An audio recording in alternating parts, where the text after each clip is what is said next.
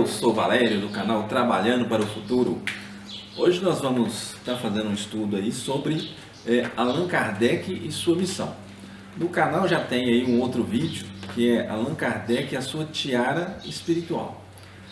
Esses dois temas eu tirei daquele livro Obras Póstumas, né? Que é uma coletânea de textos, de estudos realizados por Allan Kardec, mas que devido à sua morte, ao seu desencarne, não tinha sido possível publicar um livro com esses conhecimentos, né? Com esses escritos.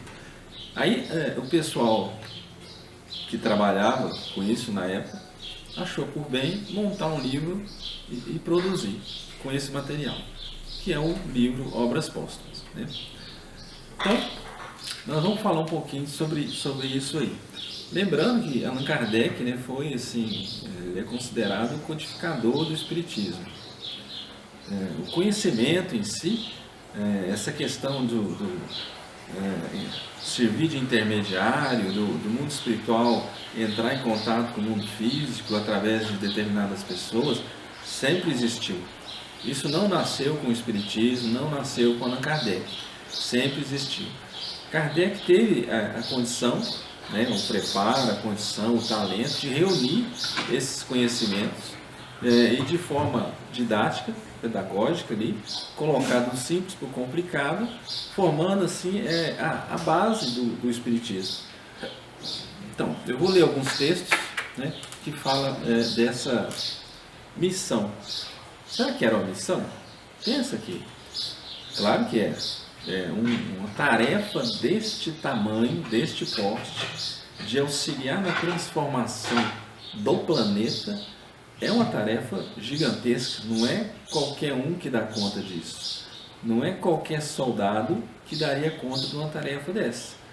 Então, se a gente for considerar como se fosse um exército, né, pegaria-se assim, alguém muito qualificado, acostumado a vencer as pequenas tarefas, as médias, grandes tarefas que iam sendo dadas para ele, né?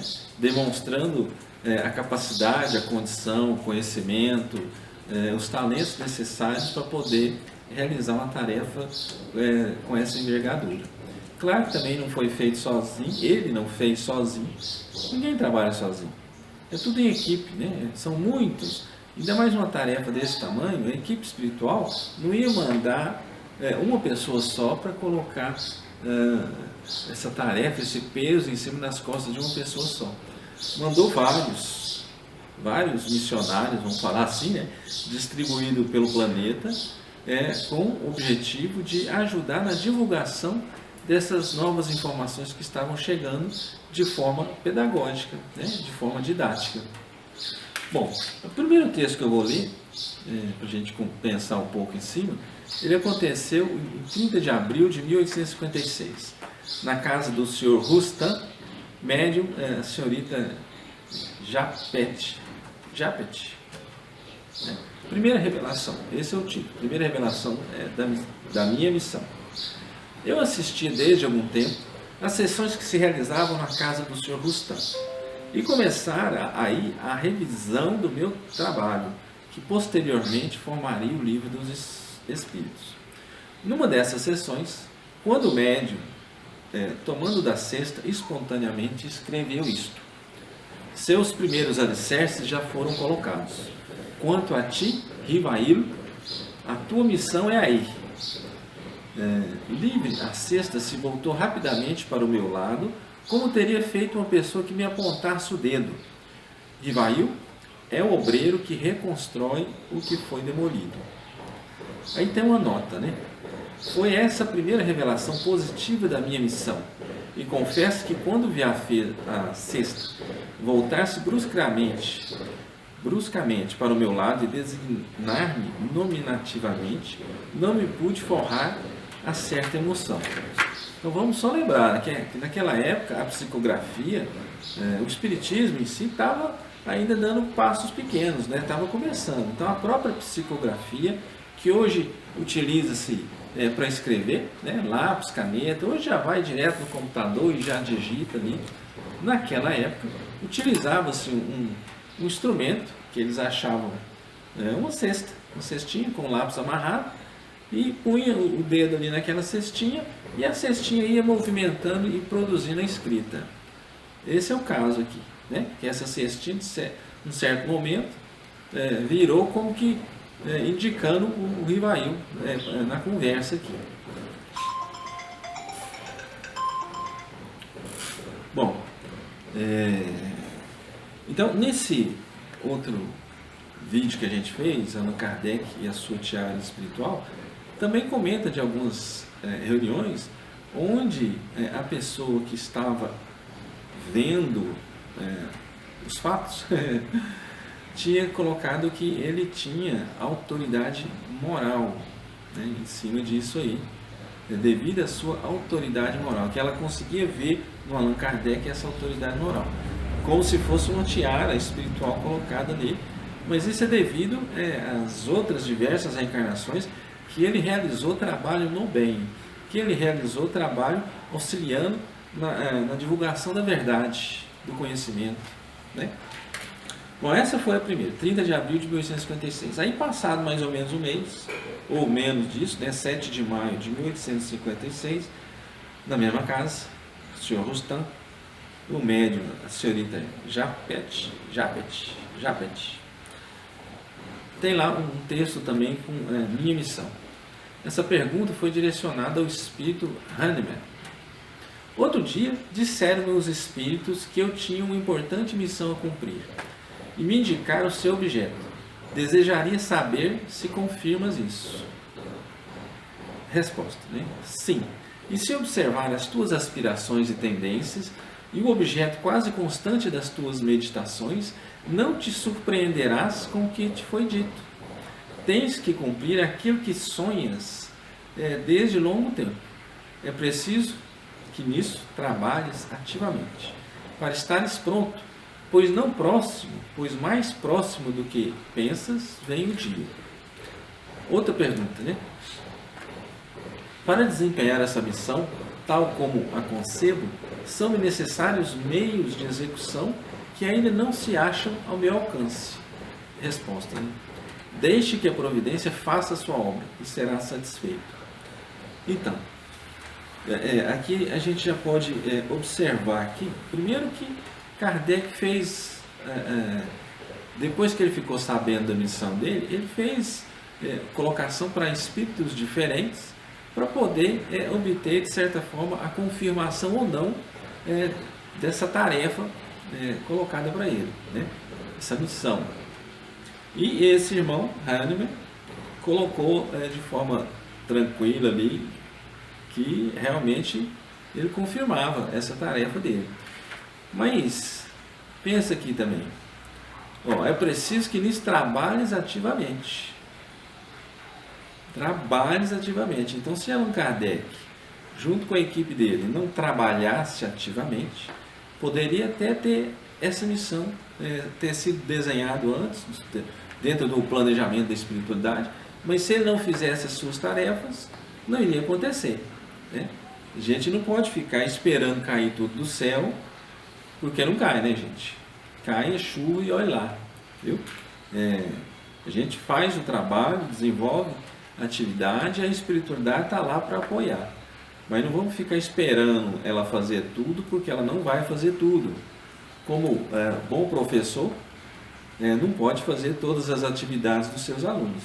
Explica, mostra como é que funciona, às vezes até senta até do lado ali para explicar, né, com detalhes, mas na hora do vamos ver, o aluno tem que se virar, fazer sozinho. Mesma coisa que Kardec. A equipe espiritual trabalhando em cima, apoiando, mas ele tinha, junto com a equipe dele, de fazer essas atividades. Senão não ia gerar frutos, né? Não iria acontecer do jeito que aconteceu. Ou, melhor ainda, outro seria chamado para assumir o lugar dele, né, para puxar essa atividade, considerando que tinha chegado o momento para que acontecesse a doutrina espírita. Lembra daquela passagem, acho que é na introdução do Evangelho segundo o Espiritismo? Tem um texto lá que fala assim: os Espíritos do Senhor, igual ao imenso exército que se movimenta ao receber a ordem de comando e tal. Então, A equipe espiritual que trabalha na luz, que trabalha na política do Cordeiro, recebeu uma orientação, recebeu uma ordem de Jesus para acontecer, providenciar a transformação de mundo de expiação e provas para mundo de regeneração. E dentro desse planejamento, para conseguir atingir esse objetivo, fazia parte a criação, a divulgação da doutrina espírita, cujo objetivo era ajuntar as informações relacionadas com espiritualidade e fazer uma divulgação a nível mundial para que as pessoas pudessem entender que o que elas fazem tem consequência. Né? Se fizer o mal, a consequência para a pessoa é negativa. Se fizer o bem, a consequência para a pessoa é positiva. Né? Não existe aquela situação, eu vou fazer escondidinho aqui, vou passar a perna nos outros e ninguém vai ver.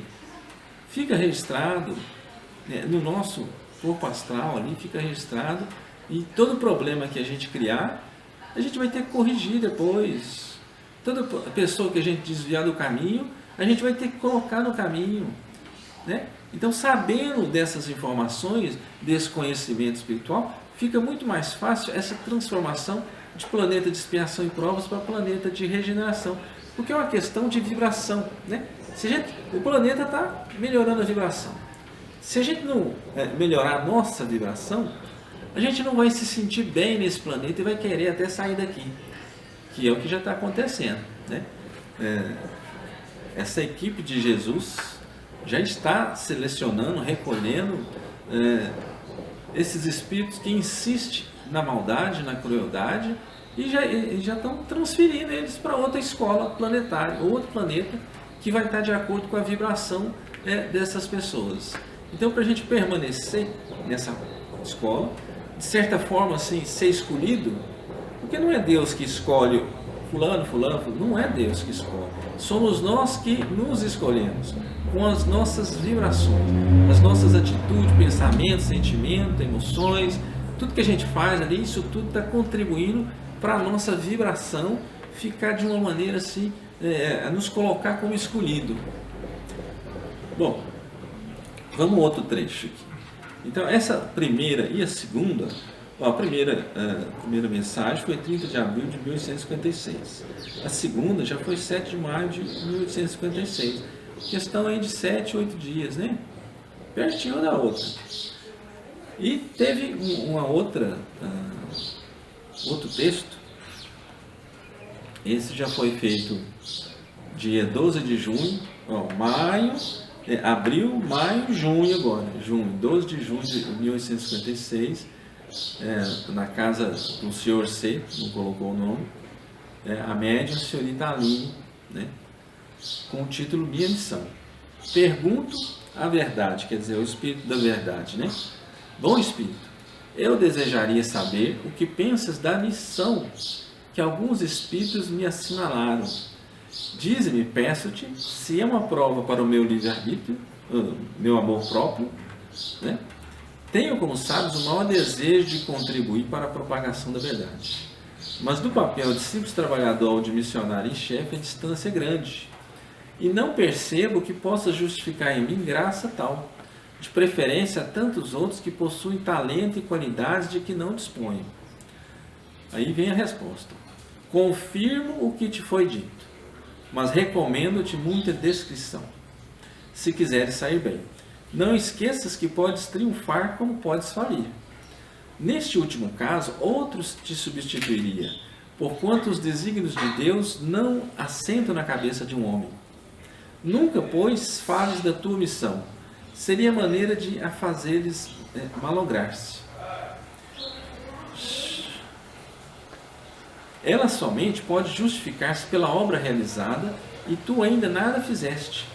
Se a cumprires, os homens saberão reconhecê-lo cedo ou tarde, visto que pelos frutos é que se verifica a qualidade da árvore. Né? Essa foi a primeira pergunta. A segunda pergunta. Nenhum desejo tenho certamente de me vangloriar de uma missão na qual dificilmente creio. Se estou destinado a servir de instrumento aos desígnios da providência, que ela disponha de mim. Nesse caso, reclama a tua assistência dos bons espíritos no sentido de me ajudarem e a ampararem na minha tarefa. A nossa resistência, a resposta, a nossa assistência não te faltará, mas será inútil se do teu lado não fizeres o que for necessário. Tens o livre-arbítrio, o teu livre-arbítrio, do qual podes usar como entenderes. Nenhum homem é constrangido a fazer coisa alguma. Vamos comentar essas duas aqui primeiro, porque ainda tem outra que continua o texto, né? Mas vamos refletir um pouco sobre isso aqui. Esse texto é com o título Minha Missão, direcionado ao Espírito de Verdade, né? Que é a equipe de Espírito que trabalha, auxiliando na questão da divulgação da doutrina espírita, desde a sua formação. Então, quando a gente começa a dar uma analisada aqui, antes disso, vamos pensar aqui. Os espíritos continuam vivos, né? Não tem assim, o espírito morre. Então, se tem mais ou menos 7,5 a 8 bilhões de pessoas encarnadas, desencarnado tem muito mais do que isso, 3, 4 vezes isso aí. Alguns autores colocam dessa forma. Então, esse pessoal que está desencarnado, eles fazem parte de equipes, né? Equipes do bem, equipes do mal. Eles fazem parte de equipes. E essas equipes trabalham para defender os seus objetivos, seus interesses. Igual tem a equipe da luz que trabalha para conseguir a questão da harmonia, a questão de equilibrar, de construir, de divulgar o conhecimento espiritual, de divulgar a questão da importância do amor. Seguindo essa linha, existe também a equipe das trevas que trabalha para destruir, que trabalha para provocar o caos. A tal ponto, provocar um caos a tal ponto que não teria condição nem da gente parar para pensar em Deus, porque a coisa ia estar tão feia que não teríamos esse momento aí. Né? Então eles trabalham nesse sentido. E esse trabalho, essa disputa, essa conversa, essa guerra espiritual, ela acontece sempre. Sempre aconteceu, mas agora ela está assim, mais movimentada, mais agitada, porque os espíritos das trevas estão percebendo que estão perdendo terreno. Então eles estão, tipo no desespero, fazendo qualquer coisa já para tentar ver se provoca o caos. Pensa na situação que a gente está acontecendo com essa dificuldade aí na questão da área da saúde. Né? Chegou a fechar igrejas, centro espírita, de umbanda, os templos religiosos de uma forma geral, chegou a fechar. Agora vai abrindo aos poucos, né? Se vier uma outra situação, torna a fechar de novo. Então, eles estão nesse empenho para provocar esse corte, né? Essa queda de sintonia com a espiritualidade.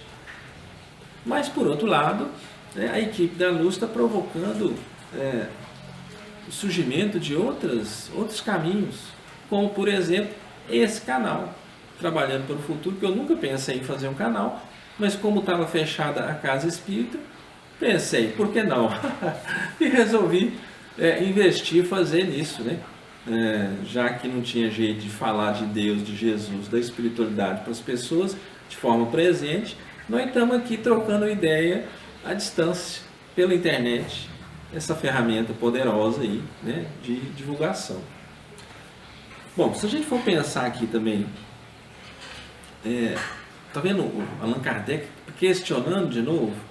Ele recebeu a primeira ideia lá, da primeira revelação da missão dele, depois passou alguns dias, ele teve outra oportunidade, ele questionou Hahnemann sobre o que ele achava disso, né? Se era verdade, se não era, e aí passou de novo quase um mês e pouco, ele teve outra oportunidade de questionar e perguntou para o Espírito da Verdade, questionou de novo para outro Espírito se aquilo lá era verdade.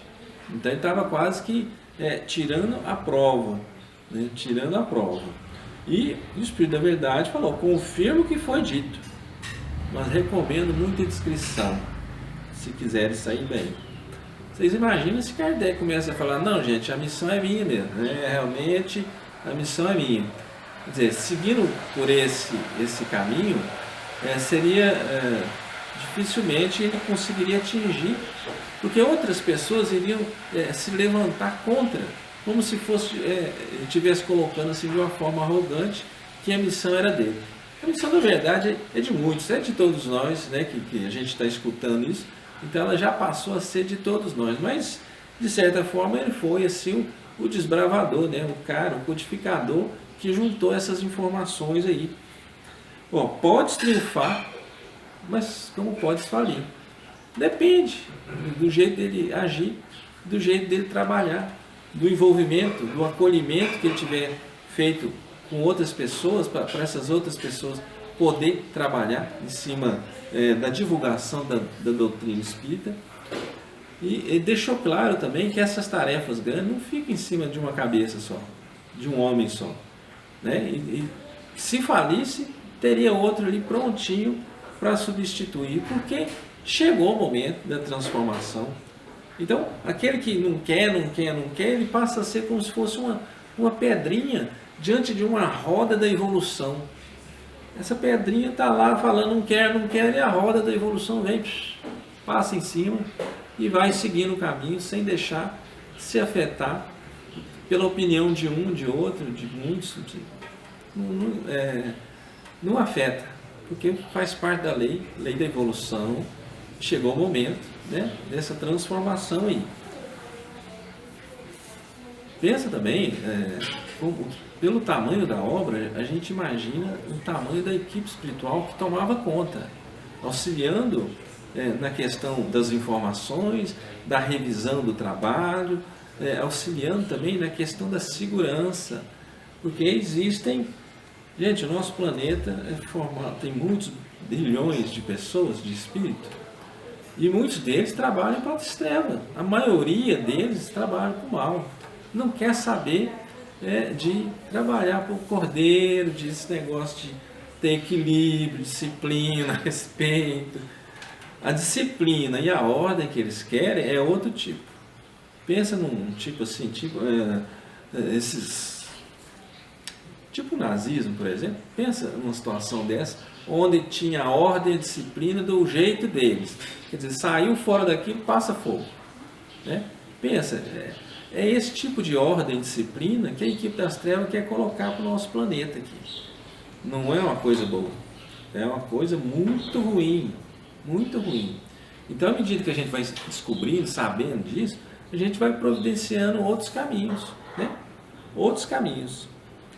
E ele pediu descrição justamente para não ativar assim, a questão também do ciúme.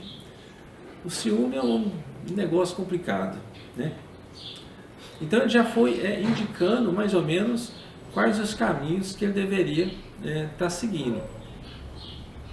E disse lá também, reclamo assistência, a sua assistência, né, Espírito da Verdade, e a dos bons espíritos. Quer dizer, ele sabia o tamanho da tarefa, sabia que sozinho não ia dar conta. Gente, a espiritualidade tem que ajudar, e ela ajuda. Mas ela ajuda também, é meio proporcional ao tipo de atividade que eu tenho, né? Porque eles não vão colocar um espírito de luz para tomar conta de um indivíduo que não quer saber de nada, que não tem compromisso, não tem relacionamento, conhecimento, interesse, não quer saber de nada. Aí vai colocar tipo um Bezerra de Menezes para tomar conta desse indivíduo? Não vai. Não vai. Então, os nossos anjos guardiões, os nossos mentores, eles são proporcionais ao que a gente está fazendo, a nossa tarefa. Então, é proporcional a isso. À medida que a nossa tarefa vai se modificando, ficando mais ativa, pode acontecer até de repente trocar o mentor, vir um outro mentor para ajudar. Se de repente a gente começa a mexer com uma atividade bem diferente, que o mentor que trabalha com a gente não está muito assim a par, né? Pode vir outro para reforçar ali, né? Pode acontecer isso também. Bom, vamos mais um pedacinho aqui. Lembrando que ele tinha o livre-arbítrio para escolher, eu quero fazer, não quero fazer. não vou mexer com isso, isso vai trazer problema para mim, né? Os outros vão me xingar, me chamar de doido, vai dar problema de saúde, eu não vou ter sossego mais, então eu não quero mexer com isso. Ele poderia ter feito isso, mas não fez, né? Ainda bem que não fez. Uma outra pergunta aqui. Que causas poderiam determinar o meu malogro? Seria a insuficiência das minhas capacidades? Resposta, né? Não. Mas a missão dos reformadores é prende escolhas e perigos. Previno-te de que é rude a tua, porquanto se trata de abalar e transformar o mundo inteiro. Não supões que te baste publicar um livro, 2 livros, 10 livros, para em seguida ficares tranquilamente em casa. Tens que expor a tua pessoa. Solicitarás contra ti ódios terríveis, inimigos encarniçados se conjugarão para a tua perda. Ver-te-á abraços com a malevolência, com a calúnia, com a traição mesmo dos que te parecerão os mais dedicados. As tuas melhores instruções serão desprezadas e falseadas. Por mais de uma vez sucumbirás sob o peso da fadiga. Numa palavra, terás de sustentar uma luta quase contínua com o sacrifício do teu esforço, do teu repouso, né? Da tua tranquilidade, da tua saúde, até da tua vida, pois sem isso viverias muito mais tempo. Ora bem, não poucos recuam quando, em vez de uma estrada florida, só vêem sob os passos urges, pedras agudas e serpentes. Para tais missões não basta a inteligência. Faz-se necessário, faz mister, primeiramente para agradar a Deus, a humildade, modéstia e desinteresse. Visto que ele abate os orgulhosos, os presunçosos, os ambiciosos, para lutar contra os homens são indispensáveis coragem, perseverança e inabalável firmeza. Também são de necessidade prudência e tato, a fim de conduzir as coisas de modo conveniente e não lhes comprometer o êxito com palavras ou medidas intempestivas. Exigem-se, por fim, devotamento, abnegação e disposição a todos os sacrifícios. Vês assim que a tua missão está subordinada a condições que dependem de ti. E Espírito da Verdade que assina isso aqui, né? Então, pensa, os Espíritos das Trevas já sabendo, porque eles têm lá, né, as situações, os infiltrados também nas próprias casas espíritas, igrejas, templos, tem lá os infiltrados ali também, e de certa forma, pela experiência, pelo conhecimento de outros planetas, outras civilizações, ele já sabe também como é que funciona mais ou menos. Então já sabia também, né, provavelmente já sabia dizer dessa criação aí de alguma coisa para modificar. Podia até não saber o que, né, mas que alguma coisa para modificar. E aí eles ficavam, como fica ainda, investigando, procurando, querendo saber quem é que está trabalhando no bem, e muitas vezes eles se voltam contra essas pessoas para tentar destruir essas pessoas. Lembra daquela história do bom combate? É mais ou menos isso, o bom combate, né? A pessoa que está disposta a ter esse bom combate, continua, insiste, persiste ali, para tentar auxiliar, trabalhar em cima daquele amai-vos e instruí-vos, aquela diretriz do Evangelho, que é uma poderosa diretriz, né? Que a gente tem até que seguir mesmo. Então, tudo isso aí foi dito aqui, foi mostrado para Allan Kardec o que poderia acontecer. Bom, seria a insuficiência das minhas capacidades? Não. Mas a missão dos reformadores, olha aí, quer dizer que ele estava sendo considerado um reformador. A missão dos reformadores é cheia de escolhas e perigos. É rude, atua, né? Porque se trata de abalar e transformar o mundo inteiro. Pensa, a maioria não quer mudança, sabe? A maioria não quer mudança. Quer ficar do mesmo jeito. Mas do mesmo jeito não pode ficar, porque senão não vira planeta de regeneração. Para virar planeta de regeneração, tem que provocar mudanças. Bom, um outro trechinho que foi colocado aqui é justamente quando Allan Kardec escreve lá: Espírito da Verdade, agradeço-te os teus sábios conselhos, aceito tudo sem restrição e sem ideia preconcebida. Senhor, pois que te dignaste lançar os olhos sobre mim para cumprimento dos teus desígnios, faça-se a tua vontade. Está nas tuas mãos a minha vida, dispõe do teu servo. Reconheça a minha fraqueza diante de tão grande tarefa. A minha boa vontade não desfalecerá. As forças, porém, talvez me traiam. Supre a minha deficiência. Dá-me as forças físicas e morais que me forem necessárias. Ampara-me nos momentos difíceis e com o teu auxílio e dos teus celestes mensageiros, tudo enviarei para corresponder aos teus desígnios. Aí tem uma nota também, né? Essa nota, escreva essa nota, 1º de janeiro de 1867, 10 anos e meio depois que me foi dada a comunicação acima, e atesto que ela se realizou em todos os pontos.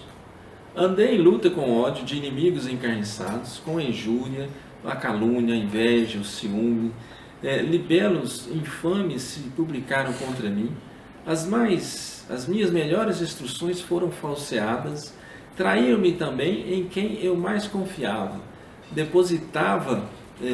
pagaram-me com a ingratidão aqueles a quem prestei serviço. A Sociedade de Paris se constituiu foco de contínuas intrigas urdidas contra mim por aqueles mesmos que se declaravam a meu favor e que, de boa fisionomia na minha presença, pelas costas me golpeavam. Disseram que os que se me conservavam fiéis estavam à minha soldada e que eu lhes pagava com o dinheiro que ganhava no Espiritismo. Nunca mais me foi dado saber o que é repouso. Mais de uma vez sucumbi ao excesso de trabalho. Tive abalada a saúde, comprometida a existência. Graças, porém, à proteção e assistência dos bons espíritos que incessantemente me deram manifestas provas de solicitude, tenho a ventura de reconhecer que nunca senti o menor desfalecimento ou desânimo e que prossegui sempre com o mesmo ardor no desempenho da minha tarefa, sem me preocupar com a maldade de que era objeto. Segundo a comunicação do Espírito Verdade, eu tinha de contar com tudo isso e tudo se verificou. Mas também, a par dessas vicissitudes, que de satisfações experimentei, vendo a obra crescer de maneira tão prodigiosa. Com que compensações deliciosas foram pagas as minhas tribulações?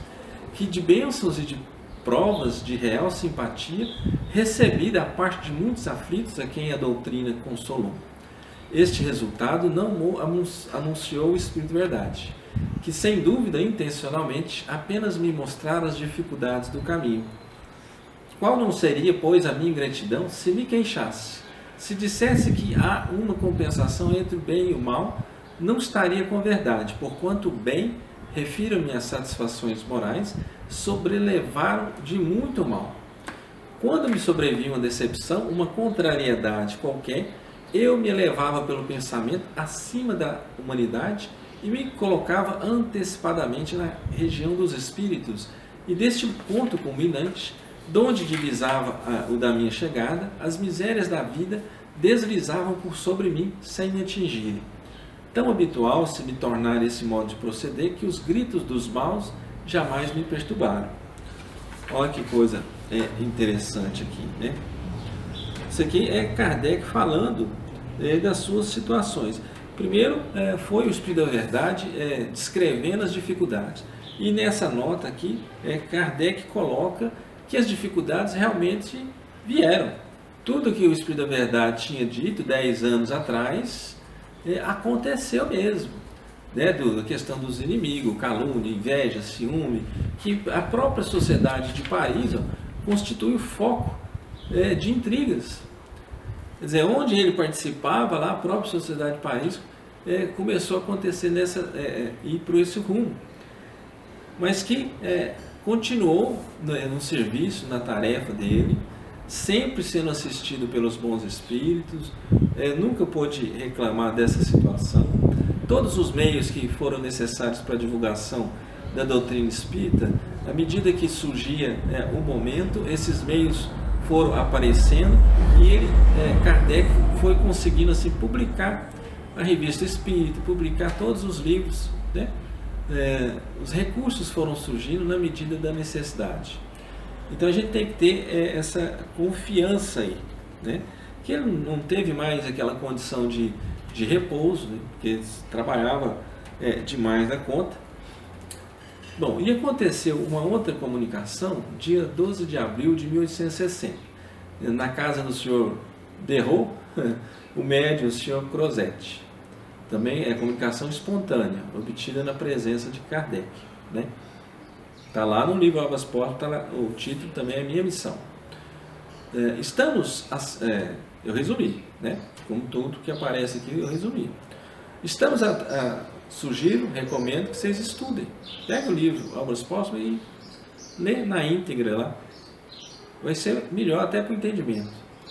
Estamos ao seu lado e que os espíritos de sabedoria se sentirão felizes por poderem assisti-lo em sua missão. Ela, porém, é perigosa e para cumpri-la são necessárias uma fé e uma vontade inabaláveis, assim como abnegação e coragem para afrontar as injúrias, os sarcasmos, as decepções e não se alterar com a lama, com a inveja e a calúnia atirem, né? Nessa posição, o mesmo que pode acontecer a quem a ocupa é ser tratado de louco e de charlatão. Deixar que falem, deixar que pensem livremente. Tudo, exceto a felicidade eterna, dura pouco.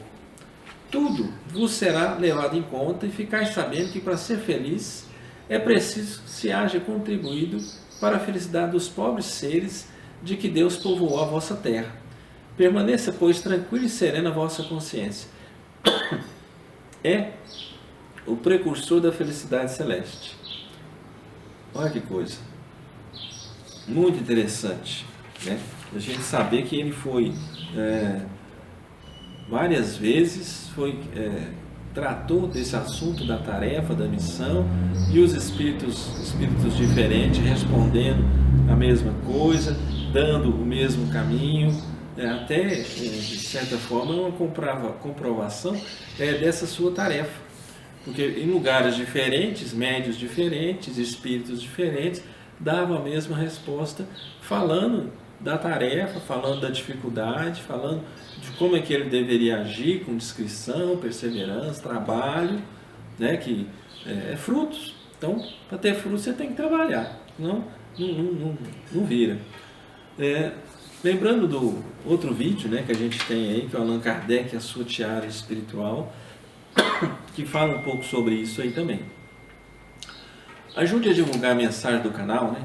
Compartilhe com seus amigos e com quem gosta desse tipo de assunto. Se inscreva no canal, clique no sininho para receber as notificações. Toda semana será publicado um novo vídeo. Se una a nós, né? E vamos juntos trabalhando para o futuro. Gente, a gente tem que se juntar, unir esforços aqui para melhorar a questão da divulgação da doutrina espírita, do conhecimento espiritual, da espiritualidade de uma forma geral, para poder auxiliar. Faz parte da missão dos espíritos, a missão do homem inteligente, que está descrita no Evangelho segundo o Espiritismo, faz parte o nosso trabalho, nosso envolvimento em cima desse tipo de assunto, para poder levar luz para quem ainda continua nas trevas da ignorância, né? Somente com a luz, né? Você fazendo bem, você atrai a luz para o seu lado, atrai os bons espíritos que vão espantar as trevas do seu lado, da sua realidade ali, né? Dê o seu like, assista os outros vídeos do canal.